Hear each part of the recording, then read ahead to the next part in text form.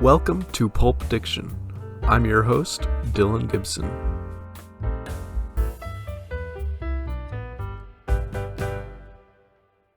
Record on this computer. All right. Well, I guess I'll cut to the chase here. Welcome back to the Pulp Diction podcast.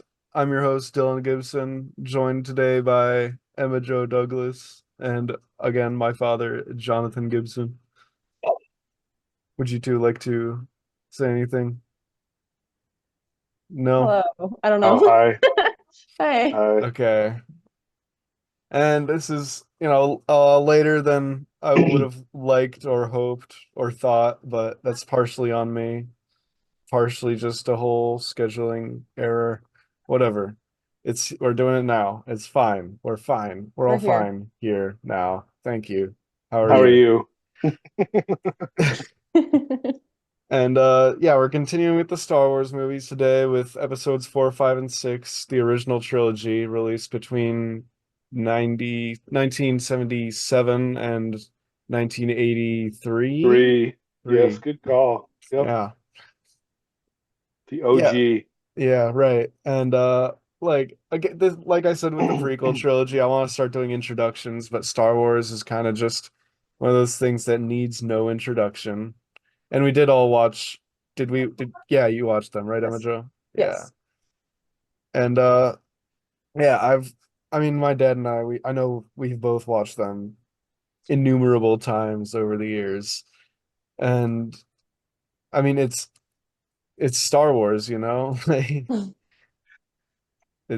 there's nothing quite like it, I would say. It's a very I don't know, it scratches a sort of there's a unique itch, I guess you could say. Just it Well, yeah, and I think one of the things that makes Star Wars is when Star Wars was. I mean, um, what what Star Wars did in 1977 made a huge impact from that point forward. right. It Not just changed movies. Yeah, not just movies though. I mean, It changed you know, everything. it changed TV shows. I mean, there are just off the top of my head, I think about Battlestar Galactica, which came out late 70s. Um, there was a show called Buck Rogers in the 21st Hmm. century too. Was that Um, was that like a one of those serials beforehand though, also, or did that only come after? no, I don't think so. I was trying to think if it had or not, but I was thinking about Because Flash because Gordon. But yeah, like George Lucas was inspired by like Flash Gordon and all these other like right, cheesy sci-fi yeah, movie serials that he grew up with. yeah. Yeah, so I mean, nothing had been done to that extent. I mean, Hmm. there were movies like, The Thing from Outer Space and all those things, like lots of Hmm. black and white stuff. There was um Star Trek. Star Trek, yeah, but nothing that was almost like a Western in space. Hmm. Some ways, I mean, It's so that's genre bending. It's yeah, sci-fi, it's fantasy, it's a western, it's a it's samurai movie, romance. Yeah, I mean, romance. it's everything. And Hmm. It's its um own thing. I mean, we were just rewatching I think it was when you were watching A New Hope, Dylan, Hmm. when I was like, oh my gosh, what other movie would ever have like a manic depressive droid in it? Hitchhiker's Guide. Oh, that's true. Yeah. One thing I was thinking about was we don't really think about it nowadays because Star Wars is just it's so huge. It's hard to even think of a time when it wasn't. Hmm. But like it was think about it, like George Lucas making this thing back in the 70s, like it was such a huge risk. And so, like it's something that it couldn't have been made today in a time when everything is based on like pre-existing IPs, and if it's not, it's a smaller scale, smaller budget, and the studios just like to play it really safe now. Mhm. Whereas Star Wars was like not safe at all. A lot of people thought it was going to fail, Lucas included. And yeah, but something about it, he managed to hit a chord that resonated with audiences for the time and for decades to come. Yeah, and it was, I mean, you think about the visual effects too, Hmm. They that took can't be ignored. place. And, I remember being a kid and seeing all that stuff after the fact, watching these behind the scenes things and seeing like these rooms full of models Right. and watching, and you think about that's why again, you think you place A New Hope firmly in 1977, and you see that with what they had, what they were able to do Hmm. was fairly significant. I mean, I mean, yeah, you watch um, that ILM documentary on Disney Plus. hmm I still haven't finished it and to restart it at this point, but like there's some of the only movies that the story about how they were made is almost as interesting as the movies themselves. agree. Yep. Because they got so intensely creative with like all this, the different, the miniatures like you said, and the rotoscoping, even the lightsabers, just everything they were able to do was so down to the last detail was just the amount of care and effort that was put into it. Whereas, and not to diminish like computer artists work as well, but like without having computers, because that's a whole other impressive thing. But without having computers at the time, they had to get like really thinking outside the box. Like think about Spielberg's trick in The Fablemans punching holes through the film to create the effect of bullet flashes. That's just sort of guerrilla filmmaking techniques. hmm Yeah, I love just looking at like the behind the scenes stuff and seeing like the miniatures because like you said, it was all a risk and nobody's like done anything like this before. So Hmm. seeing just like his mind and how things work and like how this huge film was made by just small details, it's so impressive, especially for its time. And it's why I love it Absolutely. so much because there's such a drastic like difference between like those effects and like now effects. And Hmm. I much prefer the older stuff.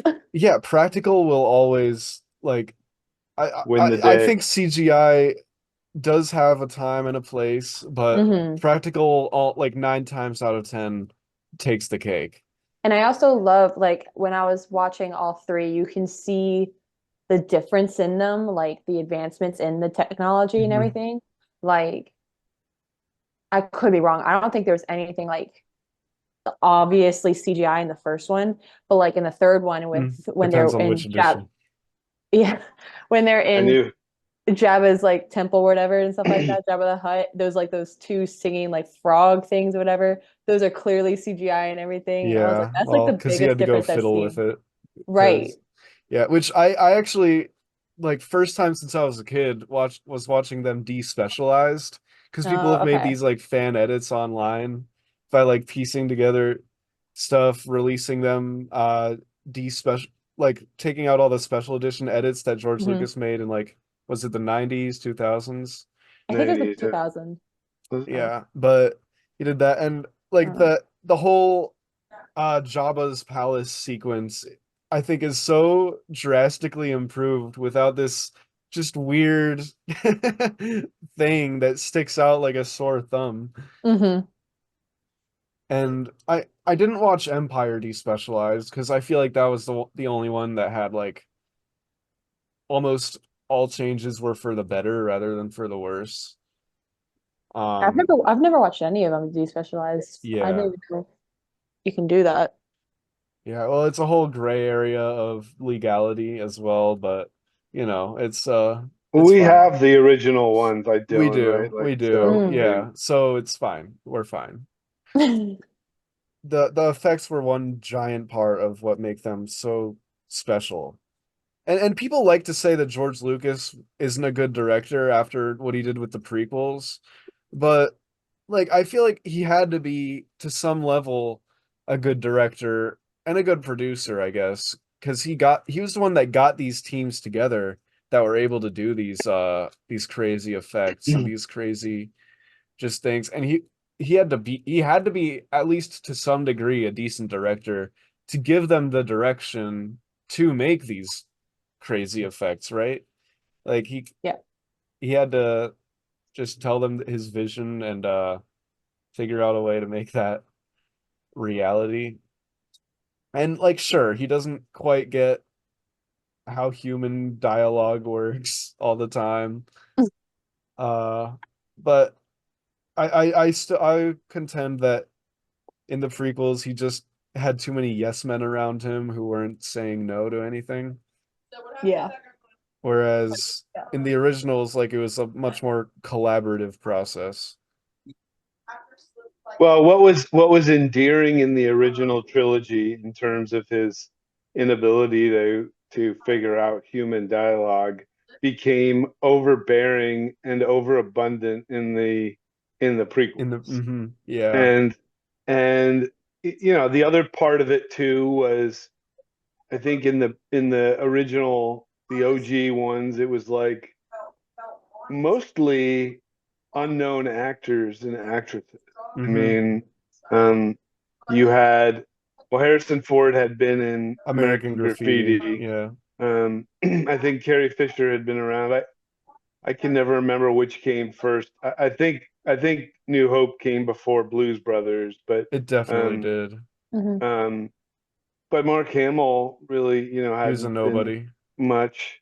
I mean, really, it was Alec Guinness and Peter Cushing, who were probably the best known hmm of all the actors that were in the original one. But Yeah. Which again is like a testament to how much of a risk this was, because I mean nowadays too, you can't real that's another thing about now is like you can't really have a movie without all this like star power behind it, you know? right. Hmm. It has to have big names in everything, even in animation. Like you can't get actual voice actors. You gotta get Chris Pratt voicing everybody, Oh God, yeah. even Garfield. Oh, why? But I also think that even in movies, like if they have too many like big names, I tend to like notice that some of those movies aren't Yeah, even like the best ones, you yeah. know? I mean, like they spent all the budget on the actors and not the Right. script, you know? I don't even remember. I just watched something and it was so many big names and it wasn't even that good. Oh my Mm, God, I cannot remember. That makes me so mad. I don't know. But still. yeah. Well, I had wondered that with like Knives Out and then Glass Onion. I Oh, mean, yes. and we can say that they're connected because of Ryan Johnson, right? So there's somewhat of a Star Wars We'll connection get to there, that on the next one. but Right. yeah, I mean, I think yeah, there is that danger. I mean, it's like super groups in music too. Like you're Mm, afraid that when you put that much ego in one place, that it's just not going to go well, you know? Hmm. totally. But good thing Star Wars was like a collaborative effort because you did get all these creative geniuses together between the special effects team of ILM and George Lucas and all these actors at like at their break-in of their careers, I guess. Hmm. And John Williams, of course. Like Oh my I gosh, yes. the movies would not be anywhere close to what they are without him. I think I said this on the prequels as well, but it's just as true, if not more so, for the originals.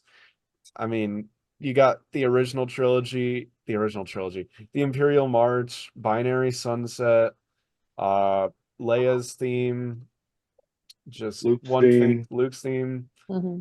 Cantina, one thing after another, just non-stop bangers. Yeah, well, I mean, you roll. I mean, that was one of the things that I was very disappointed about when, with you know, you talk about special editions and The stuff like ending that. music The ending in music, Jedi, yeah, I'm still to this day bitter about that because that Ewok song to me Yub Nub. was way better than hmm the crappy one that they put in Naboo. I mean, Right. wasn't it like a Naboo song? I could have Well, sworn it like wasn't. I appreciate what they went for in the Jedi Special Edition with like showing the celebration across all these The different galaxy, planets, yeah, like yeah, Naboo and a bunch of other places. I think Coruscant, a bunch of places, just to show the scale of it, how literally everybody is happy the Empire just suffered a big defeat. But I do think Yub Nub is just a better song than the like newer celebration theme. But maybe that's just the old person in me talking. I don't know. Yeah.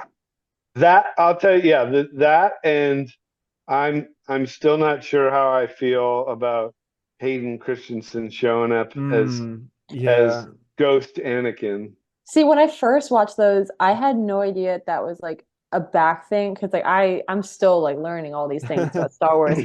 I watched that first time and I How'd was they like, do how? that? I was like, wait, it doesn't make any. Okay, I was like, that's Yeah. weird, but all Hmm. right. I literally had to Google. I was like, was that always like that? Hmm. And I'm like, why? Oh my gosh, I don't know. Yeah. I mean, I think it's And cute, there's an argument to be but made, like, I don't sure, know. whatever. It's It's whenever he was closest to the Force. Like, okay, whatever, sure. But I mean, he died an old guy. You'd think he would show up as an old guy, right, like how Obi-Wan as Kenobi did. Like, Sebastian Shaw, but Those figures I gave you of the Spirit Jedi don't have Hayden Christensen, by the way. yeah. I like a lot of the changes not a lot, a few of them. I appreciate what they went for, but I just don't think that they were work. necessary. Yeah, Yeah. necessary, none of them were, but Hmm. whether they worked is a whole different thing. I liked the some of the changes in Empire with the Emperor's hologram looking a lot better. Mm. Uh and just some of the shots in Cloud City being more scaled, I guess. Well, But but the thing about those is like if you're gonna enhance it, do it subtly. I mean, and I right. think that was part of the problem. I mean, again, I'm thinking It was about too some of in the your face. extreme. Yeah, like think Hmm. about what happened in Tatooine. I mean, if you'd have put the unspecial, like the despecialized version and the specialized version, like side by side, just some of the stuff I is think episode just over 4 the has the top. most egregious example with like Right, they had the banthas and stuff, right? Like, right. Yeah. yeah. And the thing is, like, with the practical versus computer generated argument, it's like practical effects, like, sure, they'll improve over time, like all technology does, but practical is still practical and it's real. Whereas computer effects are constantly improving, and they're doing so at such a rapid pace that, like, if we were doing it now, something in 5 years is going to make it look obsolete. So them doing this in like the 90s, 2000s is, I mean, it's not a very good long-term decision as Yeah. like more and more people come to see. And but unfortunately those are still like the only versions that are available widespread. So we can only hope like Lucas or Disney or whoever has the rights at this point decides one day to release the original uh theatrical cuts. Yeah, Dad, you and I like grew up with these essentially. So we could say we have a little nostalgia bias for them. Oh, sure. And like I'm Ab- not ashamed of that. I am proud to be nostalgic for Star Wars. But Emma Joe, you didn't watch these until relatively recently, Last year. last year. Hmm. Yeah, so like what do you think, just general thoughts on the original trilogy, like from a relative newcomer? Well, the original trilogy, I've never like fully watched before. They've Hmm. always been like in the background because my dad loved them. Um, As dads do. I know, right? But I just like I remember as a kid, like it was mainly Empire Strikes Back. So I'd Of usually see that course. one. Yeah. It always be then in the background and I always be like, it looks fine.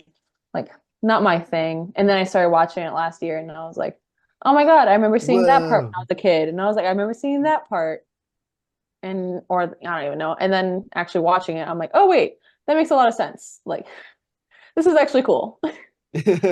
But I mean, I don't know. I don't really have like a specific like I don't know feeling about them. I like them a lot more just like like like just like the vibes, I guess, kind of thing. Hmm. Like they're so much different than the prequels and the They sequels. Like really they just are. have such a different feel to them that I like a whole lot more. Like they aren't my favorite. Like I said, my favorite's the third prequel one, but I still like these three a whole lot more than One any and of the other two. ones. Anything else. Yeah. Yeah, and like that's not an unpopular opinion Hmm. nowadays. Like you can a lot of people have come to appreciate Anakin's downfall and just his fall into Darth Vader in episode 3, which I respect, but I still don't think any of them really can hold a candle to the originals because Right. I mean you got episode 4, which is like it has beauty and simplicity because it's pretty much the most basic story ever. It's the archetypical hero's journey with like all the basic steps of a story structure, Hmm. as Joseph Campbell outlined, which I think was one of the best, smarter moves George Lucas could have made because like he's introducing audiences to this whole new world of aliens and empires, rebellions, the Force, whatever. Like this is all alien language to them at this point. So how does he introduce this world to them, but with like un he introduces an unfamiliar world with a familiar story, basically. I think he was really smart to do that in order to just make it more accessible at first, and then he was able to make it a little bit more complex with Empire and then Jedi, and just sort of broaden the horizons. Which Empire is a whole other thing because like it subverts expectations in a way because like the good guys don't really. It's a very bittersweet ending, right? Hmm. Because they lose Han. Luke finds out Vader, his dad is like the most evil person in the galaxy, and he loses his hand. Hmm. He loses a fight. He and his friends barely escape, and it's just all sorts of stuff. But they do escape, and there's just a glimmer of hope, and which was not like a safe move. They could have ended it on a happier note, and people would have been okay with that, probably. But they decided to I don't know, to end it on that cliffhanger like they did, which I mean, and now people have praised them for it all the time because Empire is constantly called one of the best movies of all time, not just in Star Wars circles, but in general. Well, and they almost had to. I mean, considering the staying power that it had, I mean, it just like they knew that people were just going to show up for Jedi. I Hmm. mean, of course, again, like the time that those movies came out, spoilers were not what they are today. I mean, right? There was no internet, right? So like Right. all that you're getting is in, magazines or, TV commercials or Word of whatever. mouth. I mean, Mm. because product lines were so important too, you're introduced to characters in figure format before you are actually on screen. Yeah, So like Boba Fett's first Boba appearance Fett. was at a Yeah. parade. Okay. Like Well, technically, Boba Fett's first appearance was in the Star Wars like Christmas Christmas special. special, right? Yeah, well, his So, first on-screen appearance. yeah, um, yeah. So, I mean, people were. I mean, I remember hearing the buzz before Jedi came out in the theaters, and it was originally called Revenge of the Jedi, Right. right? Yeah. And they Mm. changed the name of that. So, um, but I mean, you think about the chemistry of Carrie Fisher, Harrison Ford, and Luke Hmm. Skywalker. If that didn't exist, those three movies would not The nearly. movie's hinged on Oh, that central relationship. well, and So, then now, yeah. well, and now you find out like what was Han Solo and Carrie Fisher literally were knocking boots like behind the scenes and stuff, and I'm like, oh my gosh.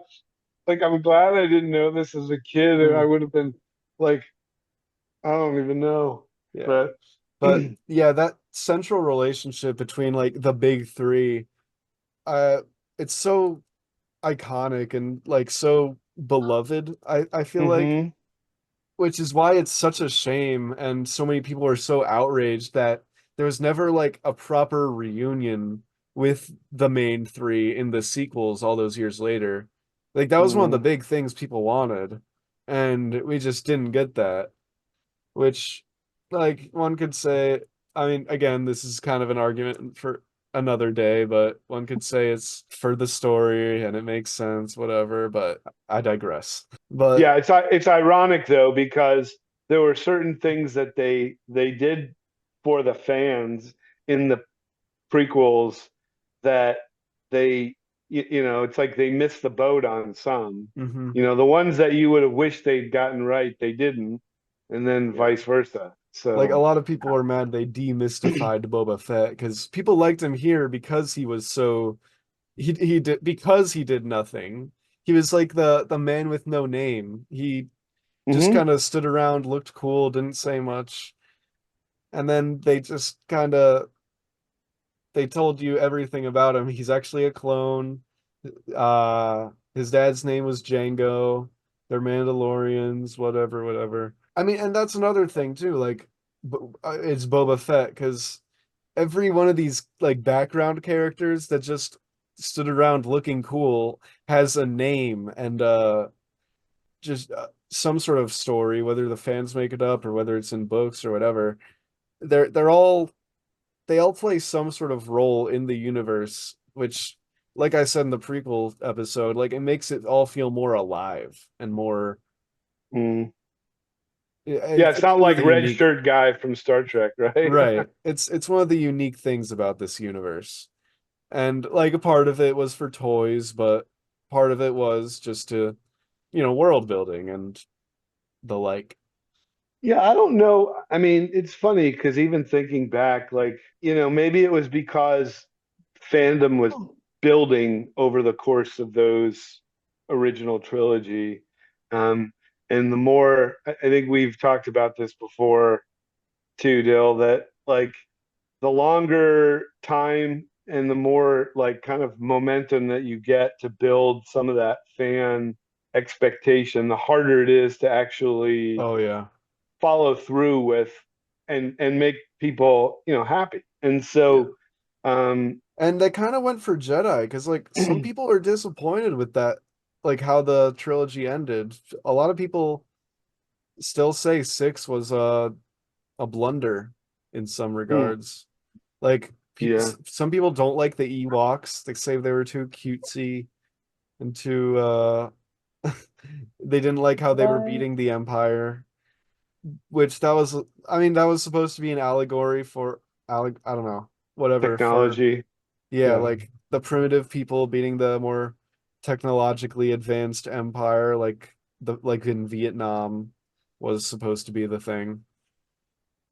Well, and we talked about the prequel trilogy too, right? Mm. And it's like what the original trilogy either got right or came close to getting right was accentuated in the prequels, because like even if Ewoks were created for the sake of children and to try to get them buy-in, like he went over the top with Jar Jar, right? Like we talked about in the Yeah. in the last thing. Mm. So it's like moderation again. Like, can you? Well, and even the Ewoks, all of them had names too, right? I mean, Yeah. Wicket being the famous one, but um, yeah, I think that there was so many good things happening in that, and again, it was genre bending. I think you may have said that before, Hmm. Dylan, because it's like part gangster, with because you've got The Han Solo thing. Han Solo and Jabba the Hutt and Hmm. these bounty hunters, Yeah, which you is know, also Western in a way. Western. Yeah. Oh yeah. Like Han Yeah. Solo is the cowboy, is Right. Oh his sure. thing. Like he's introduced, he shoots a guy under the table in what's essentially a saloon. Like it's a Western. Hmm. I think while the whole trilogy has their cheesy moments, like I think it's justifiable, and I do think Jedi was a great ending. Like I don't think none of them are, well, I mean I don't think it's perfect, but like a lot of it is. And Oh yeah. it has like everything in the throne room with Luke, Vader, and Palpatine is just some of the best sequences I think in the entire series. Mm. Um, like people like to look over the lightsaber fights in these because the prequels are arguably choreographed better.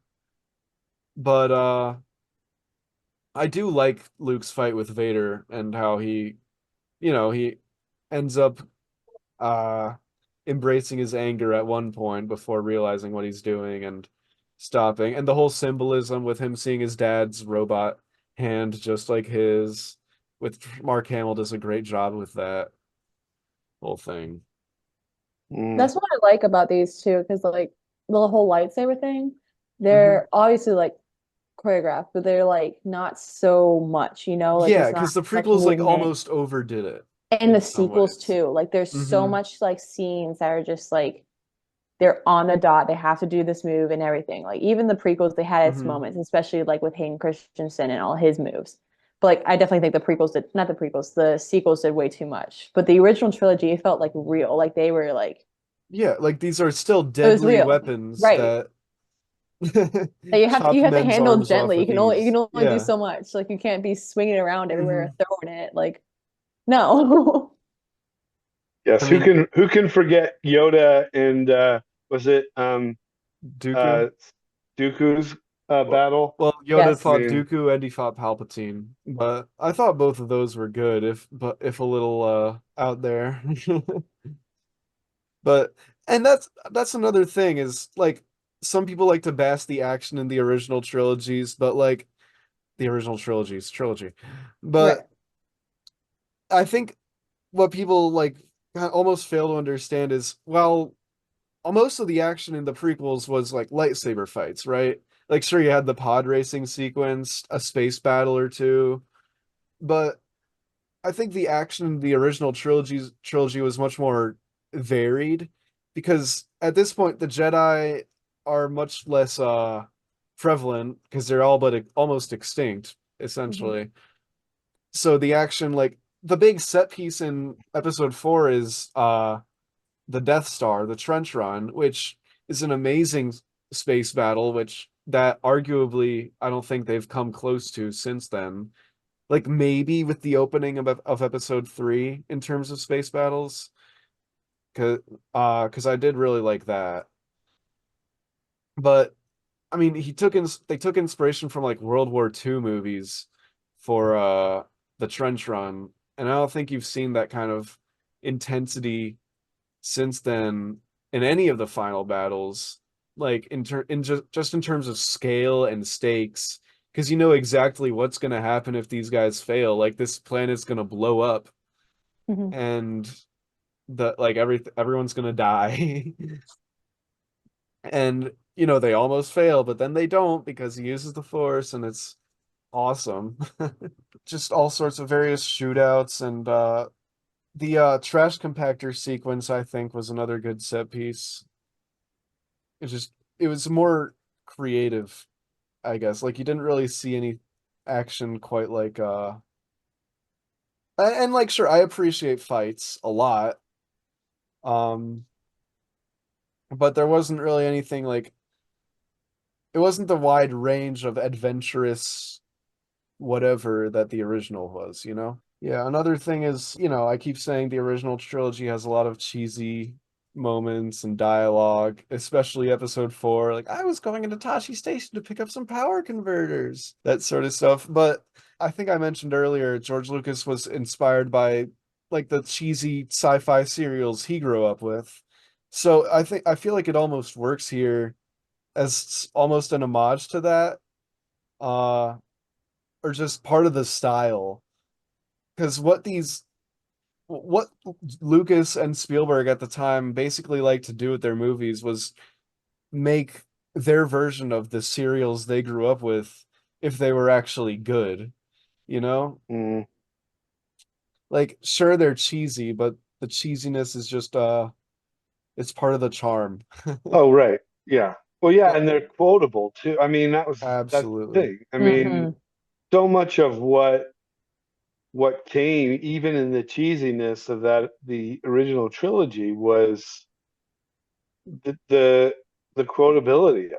I mean, we were just doing it before with everything's fine, I'm fine, how are you, right? And I Right. mean, Like I love yeah. you, I know. I mean, I have a bad all feeling about this, the all different that. Oh, things. Oh classic. yeah, so many things that like, and again, I mean, I've talked about that with people with about comedy before. Is like, how do you like walk that line between, um, being like over the top and yet, still funny. And I think with dialogue even too is, how do you make dialogue that, by all rights sucks, you're not going to win any Oscars for best screenplay necessarily, or, Right. you know, but at the same time, it endears itself to the fans. Yeah.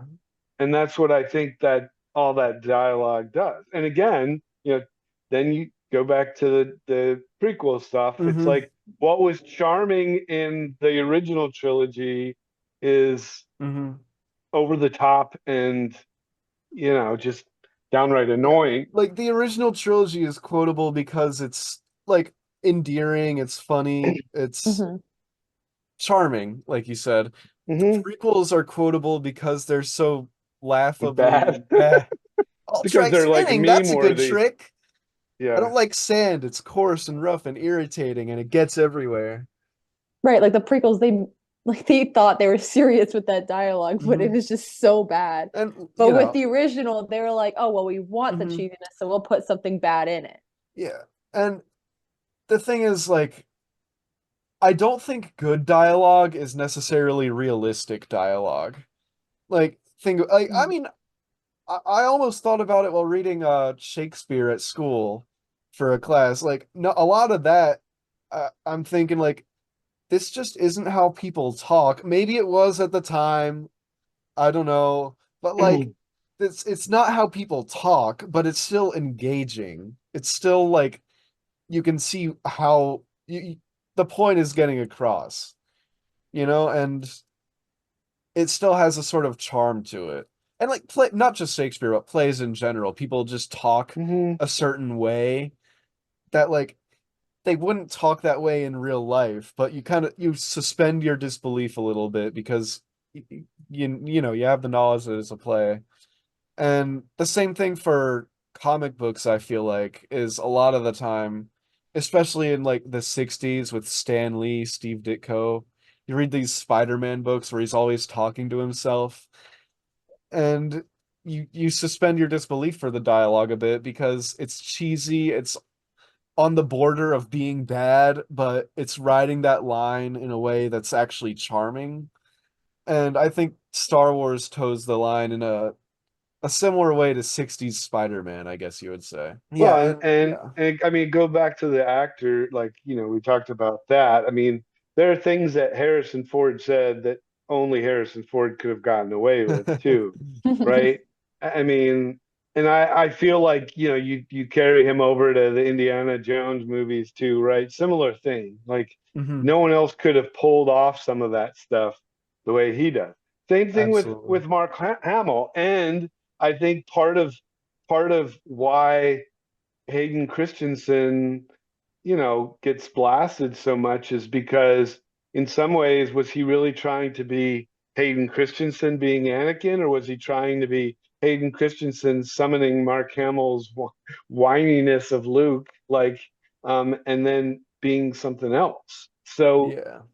I think, again, it speaks to the prowess, so to speak, Hmm. of the actors who portrayed these characters. And,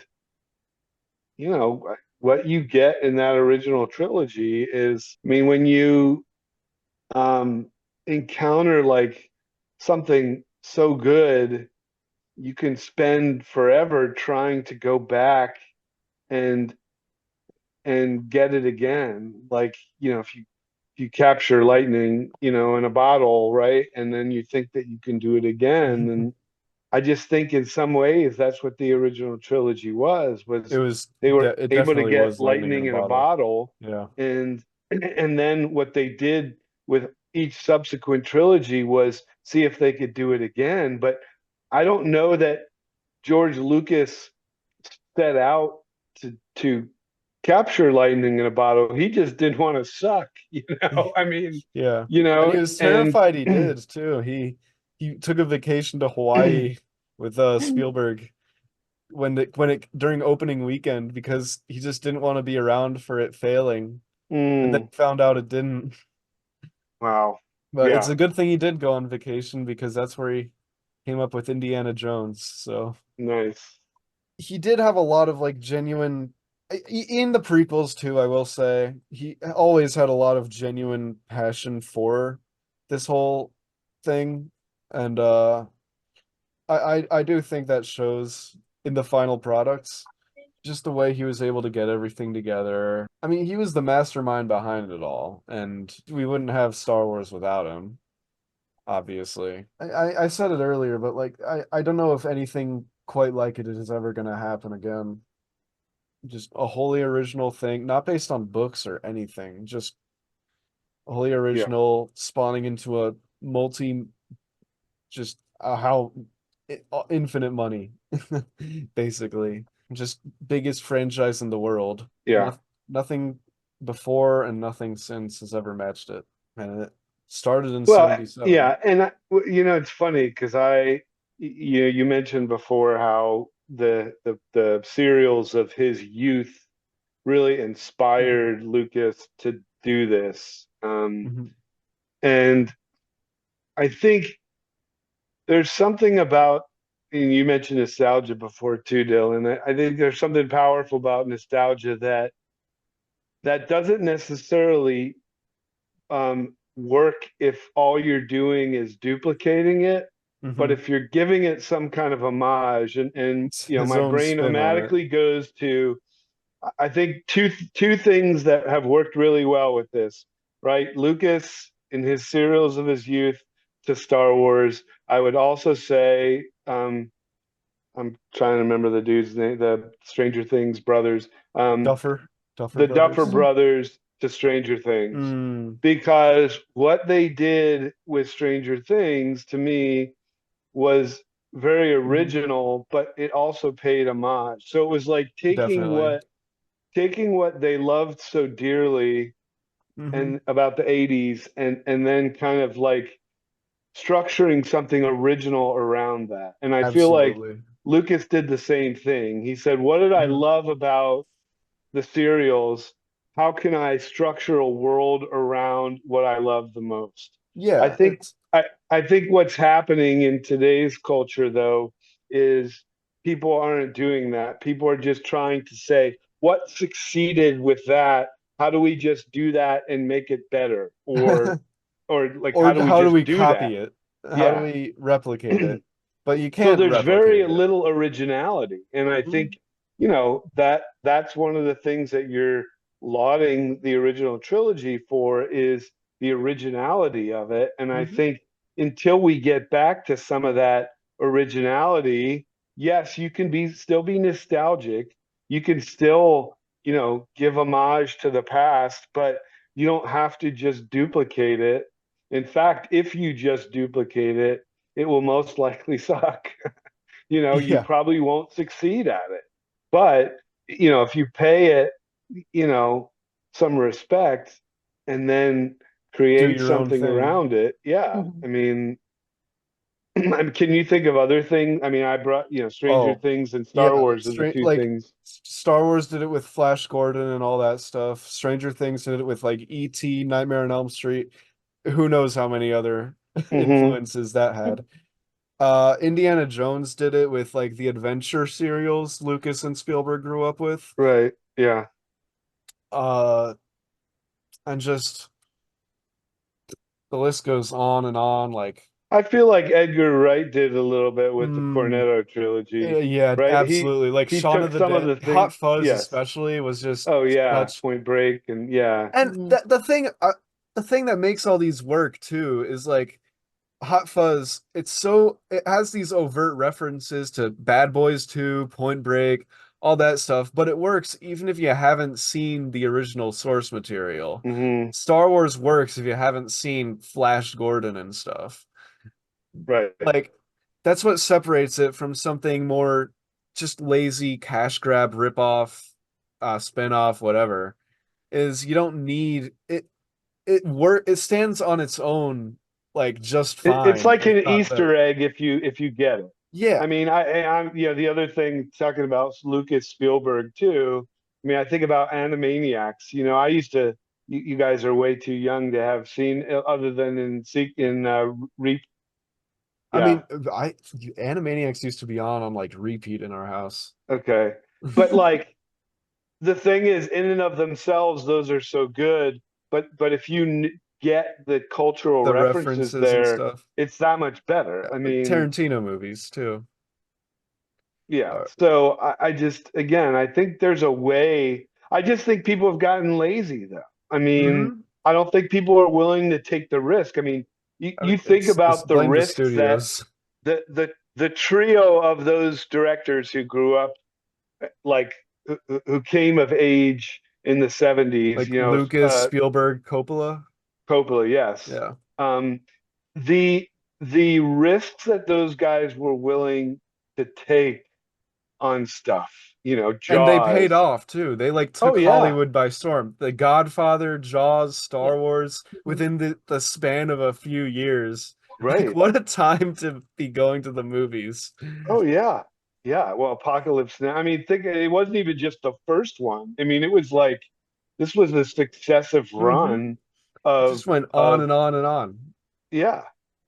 So I think it speaks again to, being willing to take the risk and say, hey, are we going to, put something out there and try to make something original here, or are we just going to continue to phone it in? I mean, that's again, while we're recording this, and maybe I'll get blasted for it because I still haven't watched an episode of The Acolyte, but like you compare the original trilogy to what's going on now, and it's like it's embarrassing in my opinion, Hmm. to go like how could you have taken something that was so original and then all you want to do is, either value signal or you want to, what just duplicate everything else. Um, Hmm. They don't want to make something new. Well, they don't want to make something that respects the old, but they don't want to make something new and unique either. So what they do is they take something old and Repackage. try to repackage it as something they try to make it into something that's their own when that's not what it was to begin with. And it doesn't tend to work out. One of the few franchises I do think has been able to do something not even close to on the level of, but something similar to Star Wars was the originals was John Wick in a way.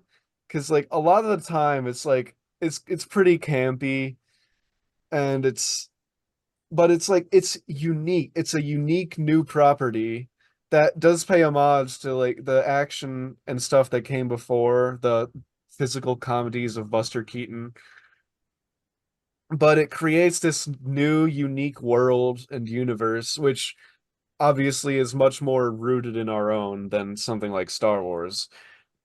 But John Wick is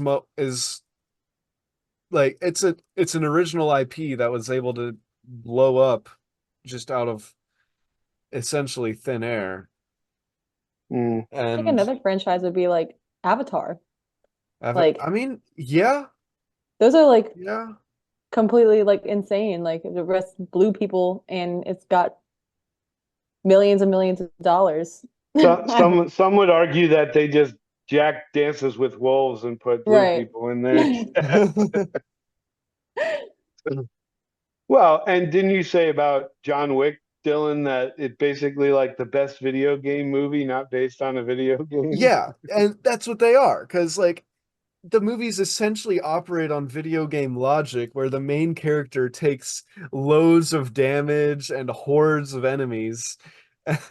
And Hmm. it's not operating by real life rules, just like Star Wars doesn't necessarily operate by real life rules in terms of physics and combat and dialogue. Like Hmm. that's what both of those franchises have in common. And I've come to realize I like the both of them for a few similar reasons, while not all similar reasons. Because I mean, I don't go to Star Wars to see someone, popping a lot of heads with a pistol, but that would be cool. That would be cool. Yeah, I think we've talked for a decent amount of time about the original trilogy. Uh, Emma Joe, I don't think I asked you, do you have a favorite of the original three? Um, I kind of think New Hope. I don't know why. That's fair. That's fair. Yeah, that one I think I understood that one so much easier, like I first mean, off. yeah, it's a simple Yeah. It's a story. simple movie, but Yeah, but it's cute. there's Yeah. beauty and simplicity. Hmm. It's very charming. One of my literally just like one of my favorite things in the whole trilogy is just the freaking double sunset thing. Like that I could Oh, stare at that thing absolutely. forever. That's like I'm like I that's all think I need. so many like Star Wars nerds have had that as their wallpaper for their computer or their I phone or did for a whatever minute. at some point or another. It's like a rite of passage. Like the cover of The Dark Knight Returns has to be one for every Batman fan. Mm. But My friend's literally thinking of getting the double sunset tattooed, and I'm I mean, like I there are might. worse choices. Right, There are worse decisions. definitely. Get the Empire insignia on there. Yeah, sure. I think we all just love these movies, and I mean you're hard pressed to find people that don't, I think. And I always say this, but I don't really trust people who don't like the original trilogy. I've raised you right, son. Yeah. And I don't think that's a crazy thing to say. I almost think it's a red flag if somebody doesn't like one of them. Like I Don't don't talk to my sister. Don't talk to Ellie. Yeah, really. She does. and I love I Ellie anyway, but I'm not surprised at this Yeah, statement. me She neither. doesn't. I tried making her watch Star Wars, and she's like, eh. But she's seen like two of the sequels and likes them, and I'm like, okay. Mm. Mhm. All of Okay. us have flaws that need to be overlooked. Now we know Yeah, hers. we can move past it, I guess, for the ones we love. Okay. Yeah, like I don't want to say it'd be a deal breaker if somebody didn't like the originals, but like it'd be pretty close. And I've explained this to my dad. Like it's it's not a red flag because they don't like the movie that I like. It's a red flag because I believe that you have to be a very specific kind of person to not like the original trilogy. Mm. Just I don't know, you have to have some level of Well, and your brother was shocked. I mean, I don't know if we said this in the last one or not, Joe, but like when I told I Tucker that remember like this. it was a deal breaker for me to marry somebody who didn't have at least an appreciation for Star Wars, he was like, I mean, He for was days he was flabbergasted. just walking What? around with He's like, his I mouth wouldn't agape. I wouldn't exist if mom didn't like Star Wars. What? Yeah, like I mean, he went to this whole existential like place with that, and and He and I'm like, did. dude, I'm sorry, but like a guy's got to have his standards, Yeah, and yeah. there's just certain things. I mean, if Professionals have standards. there's people walking around there that would say the same thing about Taylor Swift. I get it. Mm. So, happens. Yeah, yeah. And I think it's a testament to just how beloved these movies are by us and by many, many others that they're so important to us in that way, and they're so, I mean, people dress up as the characters everywhere. They quote them everywhere. They own toys. They're collectibles. They're collectibles, Actually, actually. actually, But yeah, it's they're great movies, and I go with cautious anticipation in regards to the sequel trilogy episode, which I don't think I've seen most of those since they were in, at least I don't think I've I've only seen eight seen or nine since they were in theaters. I've only seen them all once, and I really Hmm. don't want to watch them again. Oh Mm. man. Well, we'll see. We all have to make sacrifices for art. Eight, Okay. eight, eight could fall below one, Mm. but Yeah. I mean, Excited to hear that. Excited to hear about that. yeah. Do you want to talk about shows too, or just the sequels? We'll see. We'll cross that bridge when we come to it. Great. Uh, yeah, I hope the gap between this episode and that episode is much smaller than the one between this one and the last one. Yeah, we gotta figure Better out a get to schedule. watching those We other do, we ones again. do. Yeah. Yeah.